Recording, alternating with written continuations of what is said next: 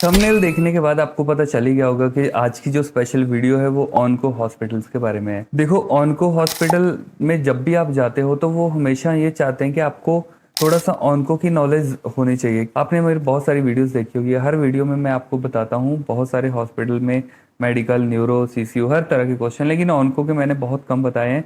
तो आज की वीडियो स्पेशल ऑनको के बारे में है। आज का जो मेरा हॉस्पिटल है वो ऑनको का ही हॉस्पिटल है, लेकिन हॉस्पिटल का मैं यहाँ पे नाम डिस्क्लोज नहीं करूंगा। आपको मैं जस्ट क्वेश्चंस बताऊंगा जो उन्होंने मुझसे पूछे, और आपको वो सारे क्वेश्चन रेडी करके जाने हैं क्योंकि वो सारे ऑनको के रिलेटेड है। तो नाम मैं आपको इसलिए नहीं बता रहा हूँ क्योंकि ये हॉस्पिटल के लिए जितने भी मैंने स्टाफ भेजने हैं वो सारे अपने स्टूडेंट को भेजना है, क्योंकि मैंने ऑब्वियसली रेफरेंस के साथ भेजूंगा। अगर मैं आपको नाम डिस्क्लोज कर दूंगा तो बहुत सारे स्टूडेंट वहाँ पे चले जाएंगे, क्योंकि वहाँ पे बिल्कुल लिमिटेड ही वैकेंसीज है ना। तो लेकिन फिर भी आप बहुत सारे और भी हॉस्पिटल है उनको के यहाँ पे आप ट्राई कर सकते हो। तो मैं आपको सारे क्वेश्चंस आपको बताऊंगा कि कौन कौन से क्वेश्चन मुझे आए। तो ऑनको के जो क्वेश्चन है वो बहुत ज़्यादा हार्ड नहीं होते, ठीक ठाक होते, इजी क्वेश्चन ही होते हैं, और आपको सैलरी भी अच्छी मिल जाती है ऐसे हॉस्पिटल में। यहाँ पे जो क्वेश्चंस है, सबसे पहला जो उन्होंने मुझसे क्वेश्चन पूछा था कि आप ये हॉस्पिटल क्यों चूज़ कर रहे हो, why you choose this hospital. क्योंकि मुझे मैंने उनको 1 साल 2 साल एक्सपीरियंस के बारे में बोला था कि मुझे एक्सपीरियंस है। तो उन्होंने मुझे पूछा कि why you choose this hospital if you have a different hospital experience, like मुझे मेडिकल या सीसीयू का एक्सपीरियंस है तो मुझे ऑनको में क्यों आना है। और वो हॉस्पिटल भी थोड़ा सा छोटा हॉस्पिटल था, जैसे मेरा जो हॉस्पिटल है वो 200 से ऊपर बेड का था, तो वो 150 के आसपास के बेड का था। तो सबसे फर्स्ट क्वेश्चन उनका यही था। तो मैंने उनको यही बोला कि मैं इसलिए आना चाहता हूँ क्योंकि मुझे थोड़ा सा ना अपना चेंज करना है। पहले मुझे मेडिकल आईसीयू की नॉलेज है, सीसीयू की भी है, न्यूरो की भी है, कैथ लैब की भी है, लेकिन ऑनको की बिल्कुल मैं ब्लाइंड समझता हूँ अपने आप को। तो इसलिए मैं चाहता हूँ कि ऑनको के अंदर थोड़ा सा मुझे और ज़्यादा नॉलेज हो हर चीज़ की जो मुझे नहीं है। तो इस तरीके से मैंने थोड़ा घुमा के फिरा के उनको बोल दिया। उसके बाद उनका जो नेक्स्ट क्वेश्चन था वो था how you can maintain a patient safety. तो अगर सेफ्टी मेंटेन करने की बात करी जाए तो बहुत सारी चीज़ों से पेशेंट को हम सेव कर सकते हैं। जैसे कि अगर इन्फेक्शन कंट्रोल की बात करी जाए तो उसमें, क्योंकि मोस्टली पेशेंट इम्यूनो कॉम्प्रोमाइज होते हैं तो उनको इन्फेक्शन होने के चांसेस बहुत ज़्यादा होते हैं, तो वो चीज़ आप ऐड कर सकते हो। उसके बाद मेडिसिन जो है, आपको पता है कीमोथेरेपी मेडिसिन देते हैं, तो वो नॉर्मल मेडिसिन तो नहीं है कि आपने एमसेड दे दिया, पीसीएम दे दिया, है ना। तो आप कोई भी डाइल्यूशन करके दे सकते हो, या एंटीबायोटिक की कोई भी डाइल्यूशन करके दे सकते हो, ये ऐसा नहीं है। कीमोथेरेपी मिक्सिंग के ऊपर इतना ज़्यादा बवाल होता है, इतना ज़्यादा मतलब पेशेंट सफ़र करता है। इवन कई बार पेशेंट को बिल्कुल डेथ होने तक वाला सीन हो जाता है अगर आपकी मिक्सिंग थोड़ी सी भी ऊपर नीचे हो जाती है।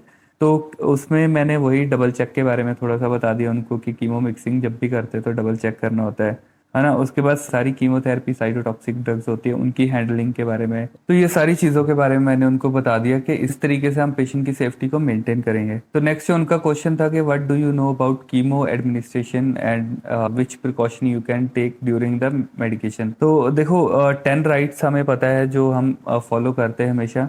तो वो मैंने बता दिया। पीपी के बारे में मैंने बता दिया कि पीपी वगैरह हम प्रॉपर यूज़ करते हैं जब भी आप कीमो मेडिसिन की मिक्सिंग वगैरह करते हो, है ना। बायोसेफ्टी कैबिनेट में अगर आपने करा हो तो आपको पता होगा, तो उस दौरान हम करते हैं। उसके बाद डोज को वेरीफाई करना है अपने सीनियर से, अपने डॉक्टर से, जो भी आपका ड्यूटी डॉक्टर है, और इवन उनके जो नोट्स होते हैं उसको आपको डबल ट्रिपल भी चेक करना पड़े तो आप करो, क्योंकि इसकी मिक्सिंग, जैसे मैं बार बार आपको बोल रहा हूँ, कि बहुत ज़रूरी है। तो उसके बाद वीनस एक्सेस आपको हमेशा चेक करना है। ये नहीं कि किसी पेशेंट को 822 का या 20 का कैनुला डला है तो आप उसी के थ्रू मेडिसिन देने लग जाओ। या तो पेशेंट को बड़ा कैनुला डला होना चाहिए, या तो पेशेंट को पिक लाइन डली होनी चाहिए, या पेशेंट को सेंटर लाइन होनी चाहिए, या फिर पेशेंट को कीमोपोर्ट होना चाहिए। तो ये सारे वेनस एक्सेस अगर आपके पास है इनमें से कोई भी, तो आप पेशेंट को आराम से मेडिसिन दे सकते हो। और proper use of cytotoxic beans, मतलब जो भी आप उनको जो साइटोटॉक्सिक मेडिसिन यूज़ कर रहे हो, प्रॉपर डिस्पोज आपको पता होना चाहिए कि कहाँ पे डिस्पोज करनी है ना। तो ये सारी चीज़ मैंने उसको एडमिनिस्ट्रेशन में और प्रिकॉशंस में बता दी। तो नेक्स्ट उनका क्वेश्चन था how you can handle extravasation while chemotherapy medicine. तो देखो, जब भी कीमोथेरेपी मेडिसिन हम दे रहे हैं, एक्स्ट्रावेसेशन हो जाती है, चाहे कोई कैनुला के थ्रू हो जाए, जैसे भी हो जाए। जैसे मान लो किसी को 20 या 18 गॉज का कैनुला लगाया, आपने मेडिसिन दी है, एक्स्ट्रावेसेशन हो गया, आपको बाद में पता चला। तो उसमें हम क्या करते हैं, नॉर्मल जो होता है हम तुरंत मेडिसिन स्टॉप करके कैनुला निकालते हैं। तो इसमें हम क्या करते हैं कि तुरंत मेडिसिन तो आप स्टॉप करते हो लेकिन कैनुला नहीं निकालते, पहले आप उसको बैकफ्लो लेते हो। तो बैकफ्लो आपको लेना है जितना भी आप ले सको, क्योंकि अगर एक्स्ट्रावेसेशन हो रही तो इधर उधर से जहाँ से भी कीमो मेडिसिन थोड़ी बहुत भी अंदर गई है, कोशिश करो वो सबको विदड्रॉ करने की जितनी आप कर सको। उसके बाद आपको कैनला रिमूव करके वहां से दबा के जितनी भी मेडिसिन है सबको बाहर निकाल देना है ना, एक्स्ट्रा सेशन के दौरान। उसके बाद आपको कैनला जो है वो तो रिमूव कर ही देना है, कैनला चेंज कर देना है।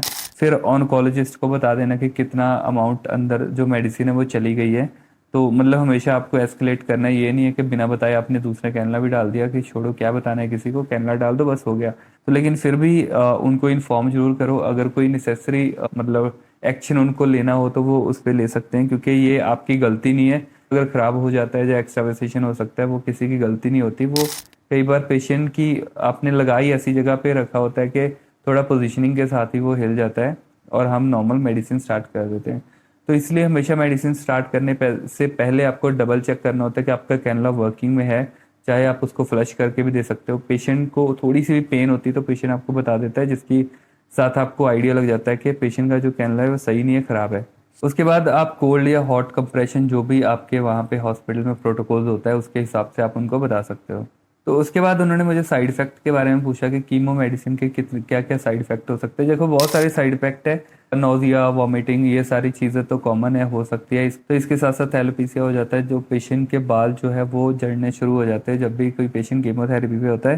तो इसके साथ साथ म्यूकोसाइटिस, माइलोसप्रेशन या फिर फैटीग के सिम्टम जो है पेशेंट में देखने के लिए मिलते हैं। तो उसके बाद उन्होंने मुझे पूछा कि कीमोथेरेपी क्या है। तो देखो कीमोथेरेपी क्या है, एक साइटोटॉक्सिक ड्रग्स होती है जो कि स्पेशली कैंसर सेल को किल करने के लिए हम यूज करते हैं। तो ये जो कीमोथेरेपी होती है ये क्या करती है, जो कैंसर सेल होते हैं उनको उनकी डिस्ट्रक्शन करने में हेल्प करती है और उनके जो प्रोसेस को स्लो डाउन कर देती है। तो उसके बाद जो उनका क्वेश्चन था वो कीमोथेरेपी और रेडिएशन थेरेपी के बारे में उन्होंने पूछा था।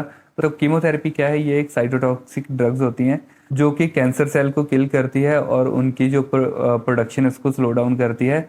ऐसे ही जो रेडिएशन थेरेपी है ये क्या करती है, जो कैंसर सेल के अंदर जो डीएनए उसको डिस्ट्रॉय करती है।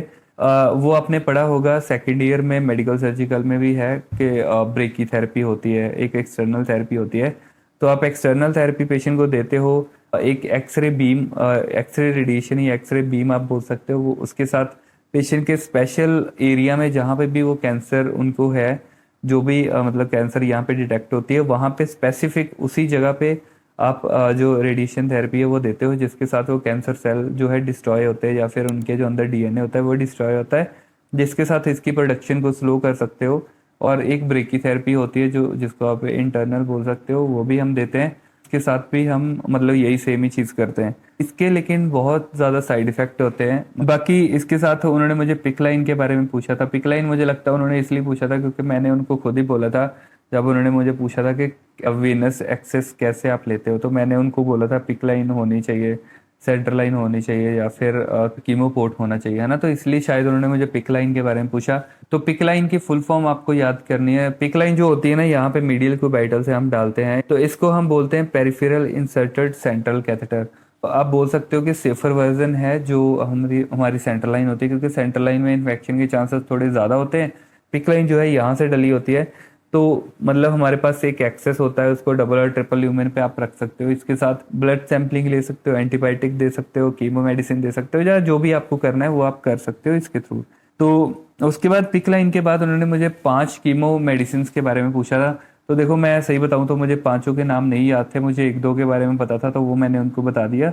तो उन्होंने भी ज़्यादा माइंड नहीं करा क्योंकि उनको भी पता था कि मुझे ऑनको का बहुत ज़्यादा एक्सपीरियंस नहीं है। जो हमने एक दो यूज़ करी थी मैंने वही उनको बता दी। लेकिन 5 कोई कीमो मेडिसिन जो भी आपको याद हो रही है, जो आपको ईजी लगती है, तो वो आपको बता देना। जैसे कुछ आपको मैं बताऊं तो साइक्लोफॉस्फामाइड एक कि हम ब्रेस्ट कैंसर के लिए यूज़ करते हैं। के बाद मिथोट्रिक्सिट है जो कि ल्यूकीमिया, ऑस्टियोसार्कोमा या फिर ब्रेस्ट कैंसर के लिए हम यूज़ करते हैं। उसके बाद डॉक्सोरिबोसिन जो है वो भी हम लिम्फोमा और ब्रेस्ट कैंसर के लिए यूज़ करते हैं, वो भी आप उनको बता सकते हो।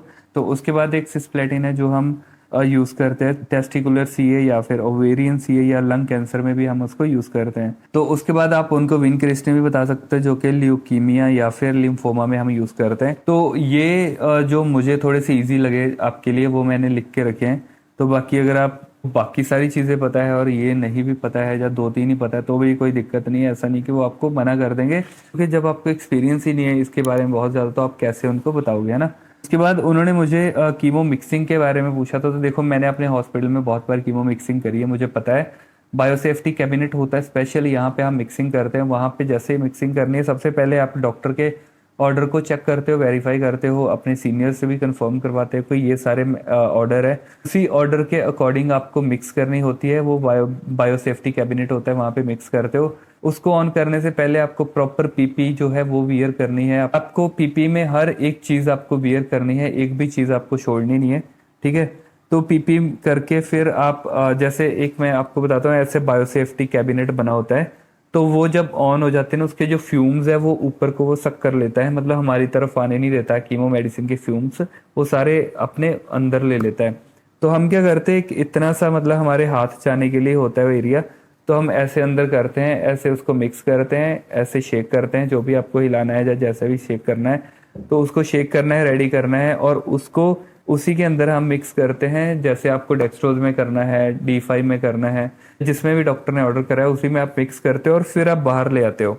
तो जितनी मिक्सिंग थी आपने बायोसेफ्टी कैबिनेट में मिक्सिंग करी, उसके बाद आपने बाहर ली, फिर आप अपने जो भी मतलब पीपी थी वो सारी उतारोगे, येलो बिन में फेंकोगे और आप वापस आ जाओगे। तो लेकिन हर हॉस्पिटल में कीमो मिक्सिंग के लिए अलग से एक स्टाफ रखा होता है, जिसको फुल ट्रेन करा होता है कि आपको कैसे मिक्सिंग करनी है हर चीज़। क्योंकि अभी देखो एक हॉस्पिटल में 200 नर्सेज है, 200 की 200 नर्स को तो आप नहीं ट्रेन कर सकते हैं ना, तो एक या दो नर्स ऐसी होती है उसी डिपार्टमेंट में जिसको हमने स्पेशल इसी चीज़ के लिए रेडी करा होता है, और उनका यही काम होता है। तो उसके बाद साइटोटॉक्सिक डिस्पोज के बारे में भी उन्होंने पूछा था कैसे करते हैं। देखो येलो या पर्पल जो भी हॉस्पिटल की पॉलिसीज होती है, हर हॉस्पिटल में अलग अलग पॉलिसीज होती है, उसी के अकॉर्डिंग आप बिन जो है यूज़ करते हो, उसमें सारी चीज़ें फेंकते हो। बाकी जो शार्प कंटेनर है वो सारे साइटोटॉक्सिक शार्प कंटेनर में जाते हैं, जिसको आपको फेंकना होता है ना। तो ये डिस्पोज के बारे में आपको थोड़ा सा पूछ सकते हैं। उसके बाद उनका जो लास्ट क्वेश्चन था वो था कि 5 CA विद लोकेशन, मतलब 5 ऐसी कोई कैंसर से बताओ जो कि काफ़ी ज़्यादा पेशेंट्स में आपको मिलती है, और विद लोकेशन क्या है। तो मैंने जो बताई थी सबसे, देखो मेन जो ब्रेस्ट कैंसर जो कि फीमेल में 70% कॉमन है। तो उसके बाद नेक्स्ट आप लंग कैंसर का बता सकते हो, ल्यूकीमिया का बता सकते हो, है ना, कोलोरेक्टल कैंसर का और सर्वाइकल कैंसर का बता सकते हो। तो ब्रेस्ट और सर्वाइकल कैंसर जो है ये दोनों ज़्यादा फीमेल में पाई जाती है, बाकी जो है किसी में भी हो सकता है, कोलोरेक्टल कैंसर हो सकता है, ओवेरियन कैंसर हो सकता है, ल्यूकीमिया हो सकता है, बहुत सारी सीए है, जो भी आपको याद आ रही है आप उनके बारे में बता सकते हो। तो ये सारे क्वेश्चन को रेडी करके अगर आप किसी हॉस्पिटल में जाते हो तो मोस्ट लाइकली आपसे ये क्वेश्चन में से बहुत सारे क्वेश्चन आपको पूछे जाएंगे। बाकी किसी भी हॉस्पिटल के इंटरव्यू में कभी भी आपको दिक्कत आए, आप मेरा कोर्स ले सकते हो। कोर्स के प्राइस मैंने बहुत ही कम रखे हैं, और आपको मैं अच्छे से रेडी कर दूंगा कि आप हर हॉस्पिटल के इंटरव्यू आराम से क्लियर करो। कोई भी दिक्कत हो हॉस्पिटल क्लियर करने में तो मेरा व्हाट्सएप का नंबर आपको फ्लैश हो रहा होगा, वहाँ से मैसेज करके आप मुझे डायरेक्ट बता सकते हो। मैं आपको सारी कोर्स की डिटेल बता दूंगा, कोर्स के प्राइस बता दूंगा। तो जो भी कोर्स के लिए आप कंफर्टेबल हो वो आप ले सकते हो। आपको मैं रेफरेंस देके भेजूंगा, आपके साथ मैं मॉक इंटरव्यूज करूंगा, आपके साथ मैं लाइव सेशन करूंगा, ताकि हर एक चीज़ आपको मैं इस तरीके से रटा दूं कि जिस भी हॉस्पिटल में जाओगे आप चुटकियों में उनके इंटरव्यू क्लियर कर लो। और कोई भी डाउट है, कुछ भी पूछना है, नीचे कमेंट सेक्शन में पूछ सकते हो। किसी हॉस्पिटल के इंटरव्यू के बारे में मुझे सजेशन देना हो, या कुछ और आप टॉपिक के बारे में वीडियो बनवाना चाहते हो तो मुझे बता सकते हो। चैनल को सब्सक्राइब करके रख लो ताकि आप कोई भी वीडियो स्किप ना करो। तो हम मिलते हैं नेक्स्ट वीडियो में, तब तक के लिए बाय बाय।